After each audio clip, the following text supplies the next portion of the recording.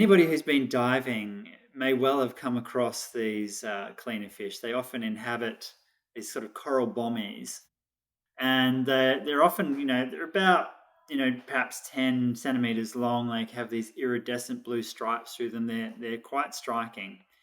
And usually, what happens is clients come up to the bommy and do this special display, which is basically a clean me display. They flare the gills and flare their fins, and they stay stationary.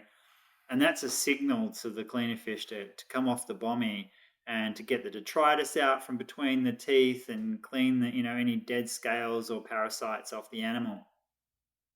Now they do that very, very carefully in most instances, but what Red One Busheri has discovered over the years of watching this interaction is that the females in particular are not quite so meticulous. And typically in fishes, it's the females that grow bigger. They need more food because they're, producing eggs and embryos and things like that. And so occasionally the females deliberately cheat in this sort of social interaction, and they take a bite out of the client. And it turns out that the females would rather do that than go through the whole cleaning process, because it's obviously a cheaper way of gaining energy.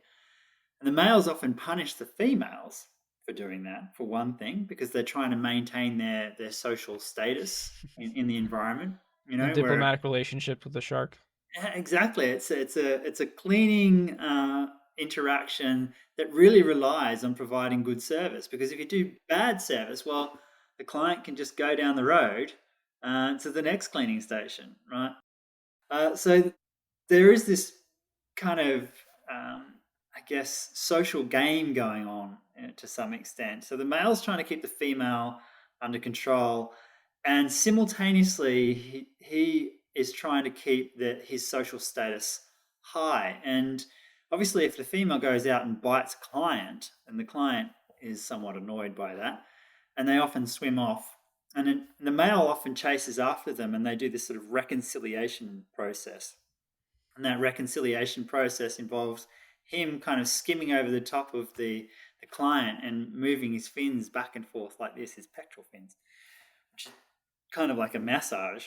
And it turns out that that is often enough to placate the client, and they come back to the cleaning station, either immediately, or the next day or something like that. Now, at the time, nobody realized that fishers liked having a back rub. I mean, it was just nobody'd seen it, nobody'd even thought about it. And these guys then set up aquariums in captivity, and they put a rotating brush up in the corner of one of the aquariums. And it seems like many fish species actually come up and spontaneously, brush themselves, give themselves a massage. You may have seen similar footage with dairy cows and things like that. You give them a rotating brush, and they go berserk. They're getting in there and they're shuffling amongst each other, trying to get access to these things.